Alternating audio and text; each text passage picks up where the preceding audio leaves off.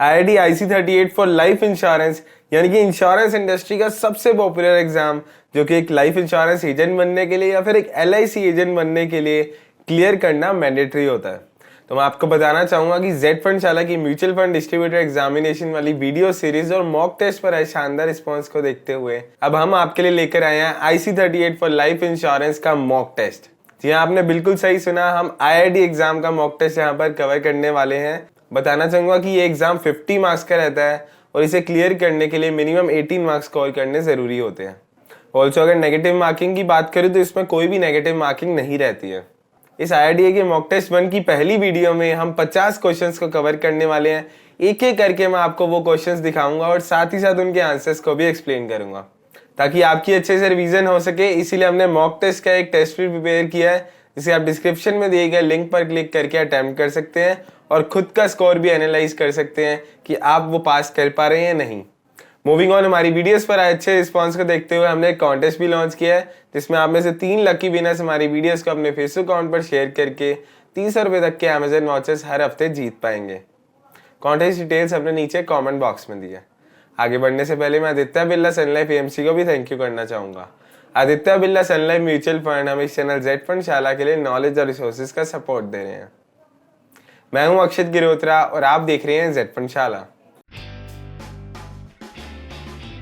Z funds के बारे में बात करें, जैसा कि आप में से बहुत से व्यूअर्स ऑलरेडी जानते होंगे, जेड फंड्स एक म्यूचुअल फंड डिस्ट्रीब्यूटर प्लेटफॉर्म है जहां पर आप हमारे साथ जुड़कर अपने क्लाइंट्स को सभी कंपनीज के म्यूचुअल फंड्स ऑफर कर सकते हैं और साथ ही साथ खुद के लिए प्लैटिनम कमीशन रेट्स भी अर्न कर पाएंगे।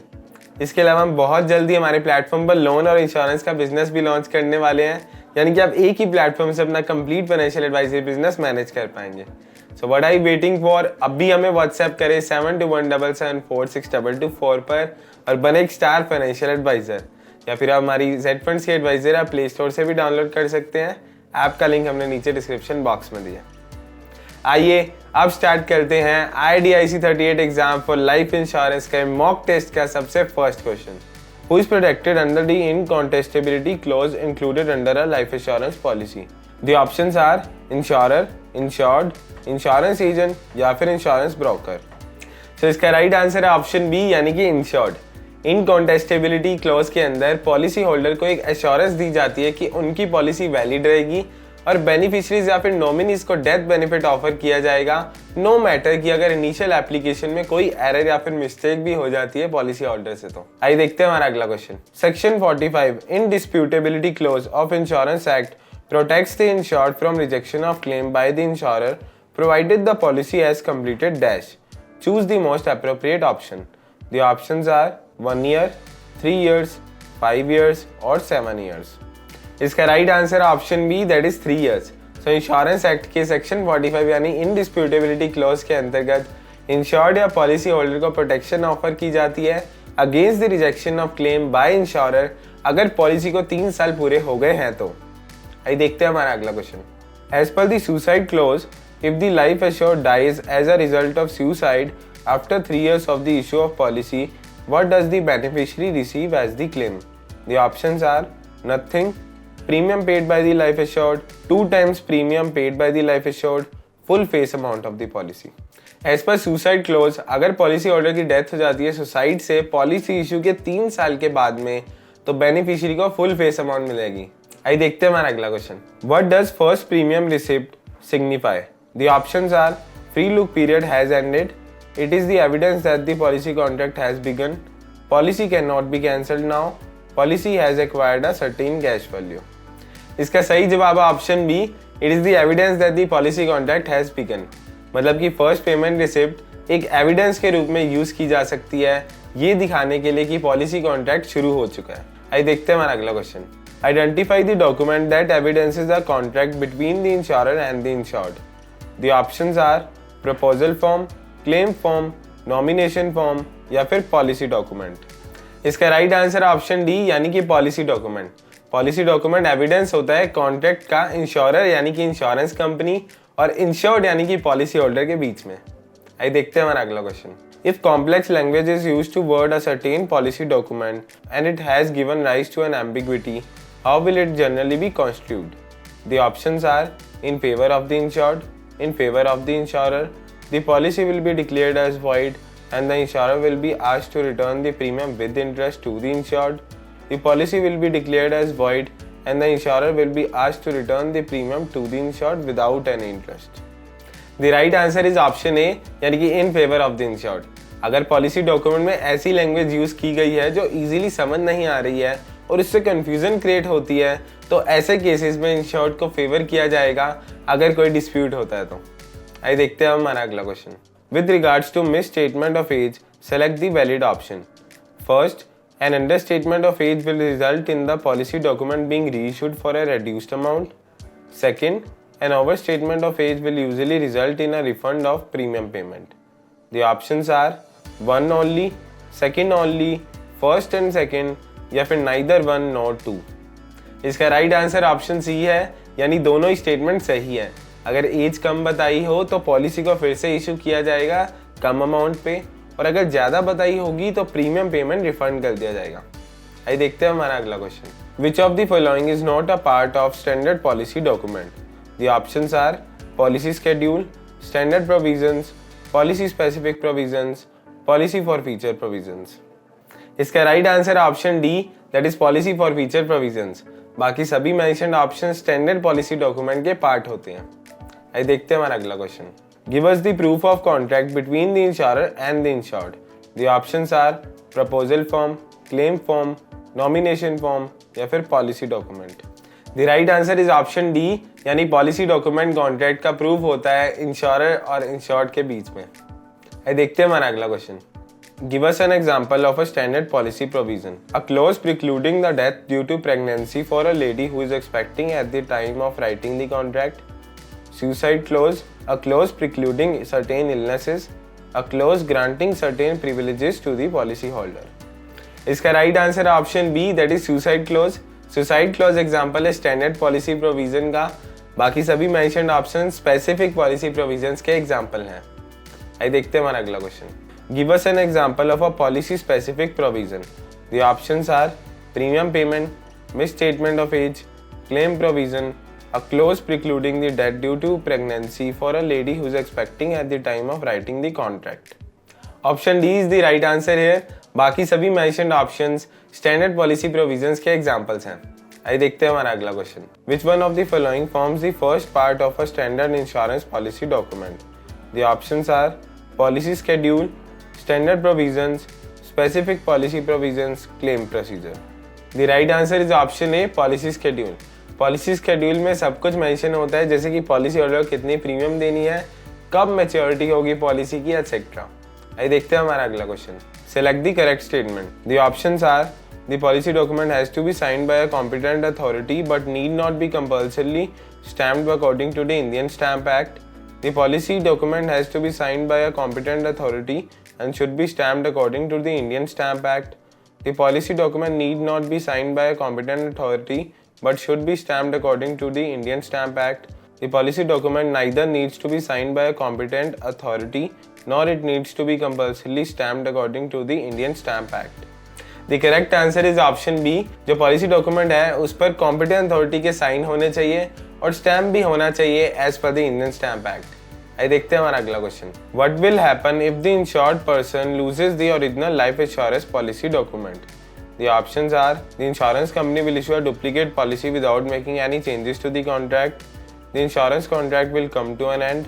The insurance company will issue a duplicate policy with the renewed terms and conditions based on the current health declarations of the life assured. The insurance company will issue a duplicate policy without making any changes to the contract but only after a court order. The right answer is option A. अगर in case policy holder से policy के original documents खो जाते हैं तो इस situation में policy holder insurance company के पास जा सकता है और डुप्लीकेट कॉपी ले सकता है। इंश्योरेंस कंपनी कोई भी चेंजेस नहीं करेगी कॉन्ट्रैक्ट में अगर पॉलिसी होल्डर डुप्लीकेट डॉक्यूमेंट के लिए रिक्वेस्ट करता है तो। आइए देखते हैं हमारा अगला question. Which one of the following documents will be issued by the insurance company on receipt of subsequent premiums after the first premium? The options are revival premium receipt, restoration premium receipt, reinstatement premium receipt, renewal premium receipt. The right answer is option D. जब policy holder first premium देता है तो उसे first premium receipt मिलती है और जब वो नेक्स्ट टाइम प्रीमियम देंगे तो उनको जो रिसिप्ट मिलती है वो रीन्यूअल पेमेंट रिसिप्ट कहलाती है। आइए देखते हैं हमारा अगला question. In order for the policy to acquire a guaranteed surrender value for how long must the premium be paid as per the regulations? The options are 2 consecutive years, 4 consecutive years, 3 consecutive years या फिर 5 consecutive years। इसका right answer है option सी। एक policy holder को कम से कम 3 साल लगातार premium पे करनी पड़ेगी ताकि जब वो पॉलिसी सरेंडर यानी विड्रॉ करे तो उसको गारंटीड सरेंडर वैल्यू मिल जाए। ऑन दी अदर हैंड, अगर पॉलिसी होल्डर 3 साल से पहले पॉलिसी सरेंडर कर देता है तो उसकी सरेंडर वैल्यू 0 निकल कर आएगी। आइए देखते हैं हमारा अगला question. For a life insurance policy, nomination is allowed under dash of Insurance Act 1938. The options are Section 10, Section 38, Section 39 या फिर Section 45. The right answer is option C, Section 39. Insurance act 1938 के सेक्शन 39 के अंदर insurance policy में nomination allowed है। आइए देखते हैं हमारा अगला question. Identify the circumstances under which the policy holder would need to appoint an appointee. The options are insured is a minor, nominee is a minor, policy holder is not of sound mind, policy holder is not married. The right answer is option B, nominee is minor. अगर in case nominee minor यानी under as है तो उस case में policy holder को कोई appointee appoint करना पड़ता है, लेकिन जो सम एश्योर्ड का अमाउंट होता है वो अपॉइंटी को कभी नहीं दिया जाता है, वो नॉमिनी को दिया जाता है, बट जब नॉमिनी मेजॉरिटी अटेन कर लेता है तो। देखते हैं हमारा अगला question. Illustrate the purpose of grace period. It is a period within which policyholder may cancel the policy if he or she does not like the same. It grants the policyholder an additional time to pay his or her premium. Nomination can be changed by making an endorsement in the policy. It provides a period after which policyholder must pay his or her overdue premium. इसका सही answer है option B. Grace period का objective होता है policy holder को extra time देना ताकि वो अपनी प्रीमियम्स पे कर पाए। अगर in case policy holder grace period में भी अपनी प्रीमियम्स नहीं पे करता है तो पॉलिसी को लैप्स कर दिया जाता है। आइए देखते हैं हमारा अगला question. All of the following statements are true with regards to nomination except dash. The options are policy nomination is not cancelled if the policy is assigned to the insurer in return for a loan. Nomination can be done at the time of policy purchase or subsequently. Nomination can be changed by making an endorsement in the policy. A nominee has full rights on the whole of the claim. The right answer is option D. So जो भी nominee होता है उसकी full या part right नहीं होती है claim पर। आइए देखते हैं हमारा अगला question. When is a policy deemed to be lapsed? The options are if the premiums are not paid on the due date, if the premiums are not paid before the due date, if the premiums has not been paid even after expiry of grace period, if the policy is surrendered. The right answer is option C. If the premium has not been paid even after expiry of grace period. In case policy holder premium पे नहीं करता है time पर तो उसके बाद उसे grace period मिलता है। अगर पॉलिसी होल्डर ग्रेस पीरियड में भी प्रीमियम नहीं पे करता है तो उसकी पॉलिसी लैप्स हो जाती है। आइए देखते हैं हमारा अगला question. Construct a situation that would require evidence of insurability at revival. The options are it has been a week since the policy has been lapsed, policy has been lapsed for more than a year, policy has been enforced for a year, loan against policy has been sought. The right answer is option B. अगर किसी policy holder की policy lapsed हुए 1 साल से ज़्यादा हो गया है तो उसे दोबारा स्टार्ट कराने के लिए इंश्योरेंस कंपनी को एविडेंस ऑफ इंश्योरेबिलिटी की ज़रूरत पड़ेगी, ये वेरीफाई करने के लिए कि इस पीरियड में कहीं पॉलिसी होल्डर कोई सीरियस डिजीज तो नहीं हो गया या फिर कोई भी अदर फैक्टर जिस वजह से पॉलिसी होल्डर पॉलिसी स्टार्ट करा रहा हो। आइए देखते हैं हमारा अगला question. Construct a valid argument in favour of policy loans. The options are a loan of any amount can be obtained easily, insured can decide the terms and conditions of the loan, there is no legal obligation to repay the loan, no collateral is required. Policy के against लिए गए loan को repay करने का कोई legal obligation नहीं रहता है क्योंकि लोन एक्चुअल में पॉलिसी की कैश वैल्यू यानी जो अमाउंट एक्यूमुलेट हो चुकी है उसी में से पॉलिसी होल्डर को दिया जाता है। आइए देखते हैं हमारा अगला question. Select the correct statement with regard to grace period, choose the most appropriate option. The options are the standard length of the grace period is 1 month or 31 days, the standard length of the grace period is 1 quarter, the standard length of the grace period is 1 week, the standard length of the grace period is 1 fortnight. The right answer is option A. Grace period की standard length 1 महीना या फिर 31 दिन तक की रहती है। अगर कोई पॉलिसी होल्डर ग्रेस पीरियड में भी प्रीमियम नहीं पे करता है तो उसकी पॉलिसी को लैप्स कर दिया जाता है। ग्रेस पीरियड में पॉलिसी होल्डर को कोई भी एक्स्ट्रा चार्ज नहीं पे करना पड़ता। आइए देखते हैं हमारा अगला question. Which one of the following alterations will be permitted by an insurance company? The options are splitting up of the policy into 2 or more policies, extension of the premium paying term, change of the policy from with profits policy to without profits policy, increase in the sum assured. The right answer is option A. Insurance company एक policy को 2 या 2 से ज्यादा policy में split कर सकती है। आइए देखते हैं हमारा अगला question. Explain the concept of surrender value. The options are maximum compensation available under policy, cash value associated with the policy in case the premiums have been paid for 3 years at least, minimum compensation available under the policy, compensation available under the policy at any given point of time. The right answer is option B. So जब भी कोई policy holder 3 साल लगातार तक premiums पे कर देता है तो उसे गारंटीड सरेंडर वैल्यू मिलती है। ऑल्सो अगर पॉलिसी 3 साल से पहले सरेंडर कर दी जाती है तो उसकी सरेंडर वैल्यू 0 हो जाती है। आइए देखते हैं हमारा अगला question. How many persons can be nominated under a policy? Choose the most appropriate option. The options are exactly 1, exactly 2, exactly 3 या फिर 1 और मोर देन 1। नॉमिनेशन फैसिलिटी का यूज करते हुए पॉलिसी होल्डर एक या एक से ज्यादा लोगों को एज नॉमिनी नेम कर सकता है पॉलिसी में, इसलिए the right answer is option D. आइए देखते हैं हमारा अगला question. Describe the purpose of nomination. The options are to transfer the rights of the policy, to appoint a person to receive the policy monies in the event of life assured's death, to surrender the policy, to create an estate. Nomination का मतलब होता है किसी इंसान को appoint करना policy में, ताकि अगर किसी भी अनसर्टेन रीजन की वजह से पॉलिसी होल्डर की डेथ हो जाती है तो नॉमिनी पॉलिसी का कवर ले सकें। नॉमिनी पॉलिसी में कोई भी हो सकता है, जैसे कि पॉलिसी होल्डर की वाइफ, उनके बच्चे या फिर उनके पेरेंट्स एक्सेट्रा। आइए देखते हैं हमारा अगला question. Describe the purpose of assignment. The options are to transfer the rights of the policy, to appoint a person to receive the policy monies in the event of the life assured's death, to surrender the policy, to create an estate. Right answer is option A, to transfer the rights of the policy. Life insurance policy की assignment का purpose होता है policy की rights को transfer करना। जो rights transfer करता है उसे असाइनर कहा जाता है, और जिससे राइट ट्रांसफर की जाती है उस पर्सन को असाइनी कहा जाता है। आइए देखते हैं हमारा अगला question. Illustrate the purpose involved in ordinary revival of the policy.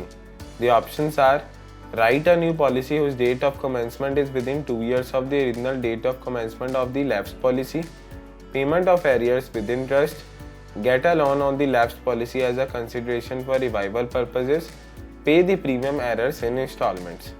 The right answer is option B. Policy के ऑर्डिनरी रिवाइवल में जो भी बची हुई प्रीमियम्स होती हैं उन्हें इंटरेस्ट के साथ में पे किया जाता है। देखते हैं हमारा अगला question. Which one of the following documents is not accepted as a standard age proof document? The options are school leaving certificate, passport, horoscope, employer certificate. इसका सही आंसर है ऑप्शन सी, यानी कि हॉरोस्कोप। हॉरोस्कोप को standard age proof नहीं consider किया जा सकता है। आइए देखते हैं हमारा अगला question. Which one of the following statements is correct with regard to the anti selection? The options are anti selection is the process used by the insurance company to ensure it does not end up selecting unethical agents. Anti selection is the tendency of people who suspect or know that their chances of experiencing a loss is high to seek out the insurance eagerly and to gain in the process. Anti-selection is the process used by the insurance company to ensure it does not end up launching the insurance products that are not suitable for the prospective policyholders. Anti-selection is the process used by the insurance company to ensure it does not end up selecting the wrong investment products for deploying the premiums collected from the policyholders. ऐसे लोग जो जानते हैं कि उन्हें loss होने के chances ज़्यादा है, तो इसलिए वो काफ़ी ईगरली इंश्योरेंस पॉलिसी खरीदना चाह रहे हैं और उसमें से प्रॉफिट बनाना चाह रहे हैं। इसी प्रोसेस को एंटी सिलेक्शन कहते हैं। Therefore the right answer is option B. आइए देखते हैं हमारा अगला question. Who among the following individuals are considered as high risk by insurance companies? Choose the most appropriate option. The options are individuals who regularly consume pan masala, teetotaler, individuals who are under the influence of sedatives and other stimulants, individuals who consume non-vegetarian food regularly. इसका सही answer है option सी। कोई भी individual जो sedatives या फिर दूसरे कोई भी स्टिमुलेंट्स लेता हो वो हाई रिस्क पर कंसीडर किया जाता है इंश्योरेंस कंपनी के द्वारा, क्योंकि उन मेडिसिन के काफ़ी सीवियर साइड इफेक्ट्स हो सकते हैं बॉडी पर। आइए देखते हैं हमारा अगला question. Who among the following is likely to be exposed to health hazard in his or her occupation? The options are yoga instructor, film stunt artist, dancer in a nightclub, person exposed to mining dust. The right answer is option D, person exposed to mining dust. कोई भी individual जो mining में काम करता है तो daily mining dust के कारण उसे सीरियस हेल्थ इश्यूज हो सकते हैं, लंग इन्फेक्शन या अस्थमा जैसे। आइए देखते हैं हमारा अगला question. Who among the following is likely to be exposed to accidental hazard in his or her occupation? Choose the most appropriate option. The options are medical professional, tourist guide, demolition experts, marketing executive who is regularly on the field. The right answer is option C, demolition experts. कोई भी इंसान जो as a demolition expert काम करता है उसके accidental chances ज़्यादा होते हैं as compare to other people.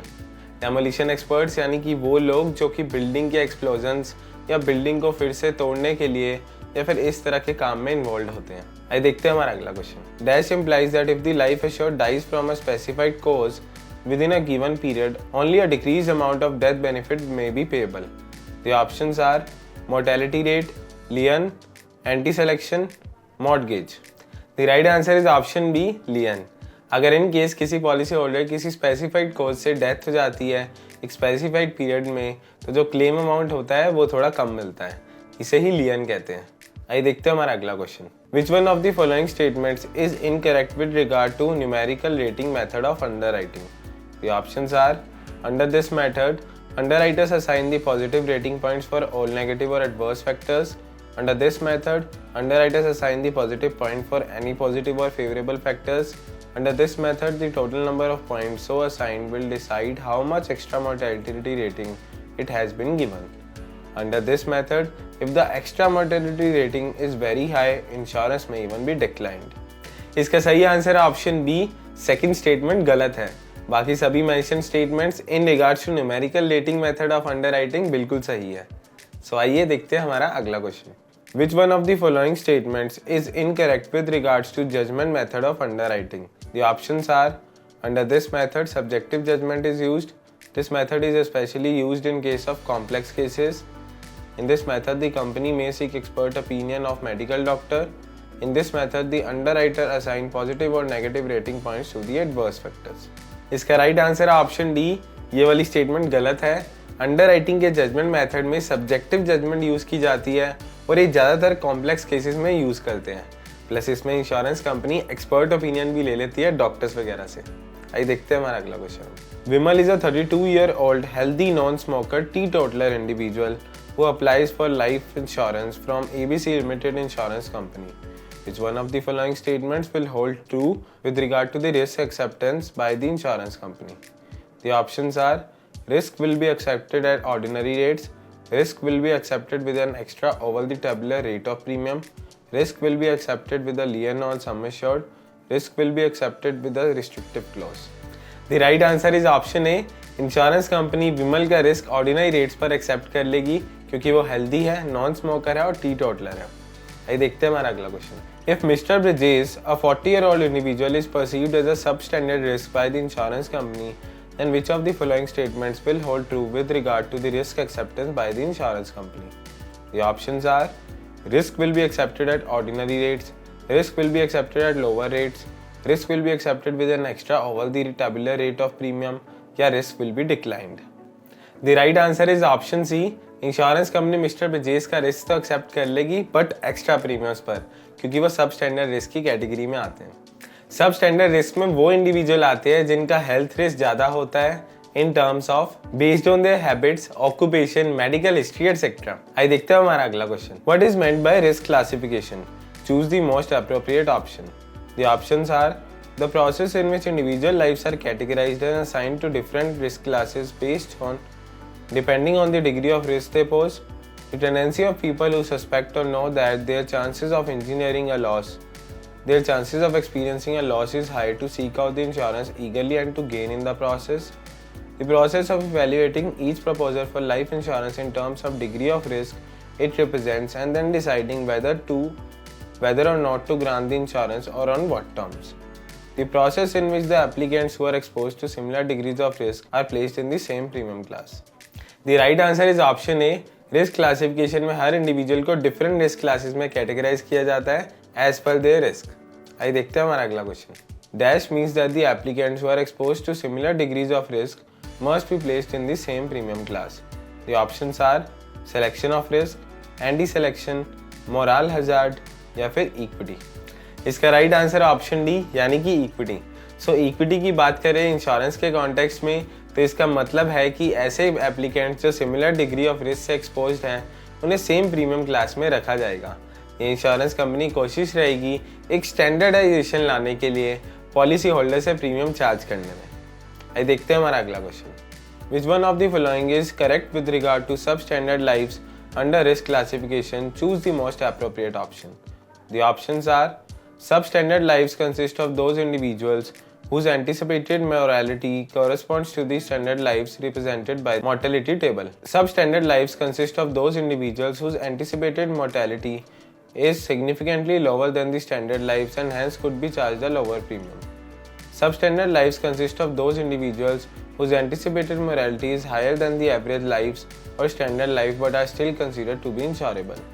Substandard lives consist of those individuals whose impairments and anticipated extra mortality are so great that they could not be provided the insurance coverage at an affordable cost.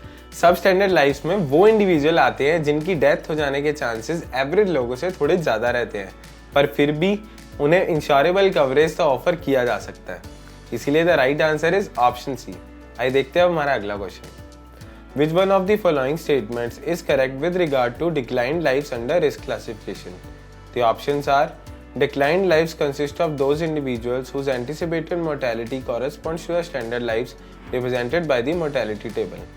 Declined lives consist of those individuals whose impairments and anticipated extra mortality are so great that they could not be provided with insurance coverage at an affordable cost. Declined lives consist of those individuals whose anticipated mortality is higher than the average lives or standard lives but are still considered to be insurable. Declined lives consist of those individuals whose anticipated mortality is significantly lower than the standard lives and hence could be charged a lower premium. इसका right answer है option B. सो insurance के context में decline lives में वो लोग आते हैं जिनकी डेथ हो जाने के चांसेस ज़्यादा होते हैं और इसीलिए उन्हें इंश्योरेंस कवरेज नहीं दिया जा सकता अफोर्डेबल रेट्स पे या फिर उनकी एप्लीकेशन डिक्लाइन कर दी जाती है कुछ केसेस में। आइए देखते हैं हमारा अगला question. If an insurance company accepts a risk with the lien on sum assured then what does this imply? The options are lien implies that if the life assured dies from a specified cause within a given period, only a decreased amount of that benefit may be payable. Lien implies that the risk is being accepted by the company for a limited period. Lien implies that the insurance company is accepting the risk at a lower rate of premium as compared to its tabular rate. Lien implies that the insurance proposal is postponed till a specified period. इस तरह question हमने पहले भी discuss किया था। अगर in case किसी policy holders की किसी स्पेसिफाइड रीजन से डेथ हो जाती है तो एक स्पेसिफाइड पीरियड के अंदर अंदर जो डेथ बेनिफिट का अमाउंट होता है वो पॉलिसी होल्डर को कम मिलता है, इसे ही लियन कहते हैं। इसीलिए the right answer is option A. आइए देखते हैं हमारा अगला question. When the insurer promises to pay the insured a specified amount at the end of the term, if the insured survives the plan's entire term, then the claim will be known as dash. The options are survival benefit payment, surrender of policy, death claim या फिर maturity claim। जब insured policy की maturity तक survive कर जाता है तो कुछ पॉलिसीज में उन्हें मैच्योरिटी बेनिफिट्स भी मिलते हैं जिससे कि हम मैच्योरिटी क्लेम भी बोल सकते हैं। इसलिए इसका राइट आंसर है ऑप्शन डी यानी कि मैच्योरिटी क्लेम। आइए देखते हैं हमारा अगला question. If insurance company makes periodical payments to the insured at specified intervals during the term of the policy then these payments are being made as per dash. The options are survival benefit payments, surrender value, rider benefit, conditional assignment. Generally इस तरह की periodic payments उन policies में की जाती हैं जहां पर पॉलिसी सर्वाइवल बेनिफिट्स ऑफर कर रही होती है एक स्पेसिफाइड पीरियड के बाद में। सो इसका राइट आंसर है ऑप्शन ए। आइए देखते हैं हमारा अगला question. A life insurance company pay the treatment cost to the insured during the event of hospitalisation of the insured during the policy term. This is an example of dash. The options are survival benefit payments, surrender value, rider benefit, conditional assignment. इसका right answer है option C, rider benefit. अगर life insurance policy लेने पर policy holder को hospitalisation पर भी treatment cost का coverage भी मिल रहा है, इसका मतलब है उन्होंने एडिशनल राइडर के लिए ऑप्ट किया हुआ है और उसे ही राइडर बेनिफिट बोलते हैं। आइए देखते हैं हमारा अगला question. ABC insurance company has offered an insurance plan to mister Krishna with the provision of survival claim. How will the company ascertain the survival claim? Choose the most appropriate option. The options are: claim will be ascertained as per the conditions stipulated in the policy. Claim will be ascertained based on the dates which are determined at the beginning of the contract by itself. Claim will occur when the policyholder decides to cancel the contract. Claim will be ascertained based on the medical and other records provided by the policyholder in support of his claim. इसका right answer है option ए, claim policy में mention की गई conditions के base पर decide किया जाएगा। बाकी सभी मेंशन स्टेटमेंट्स गलत है। आइए देखते हैं हमारा final question. Miss Kavita purchases a critical illness rider along with a term insurance plan from ABC insurance company. How will the company ascertain the claim for the critical illness rider? Choose the most appropriate option. The options are: claim will be ascertained as per the conditions stipulated in the policy. Claim will be ascertained based on the dates which are determined at the beginning of the contract itself. Claim will occur when the policyholder decides to cancel the contract. Claim will be ascertained based on the medical and other records provided by the policyholder in support of her claim.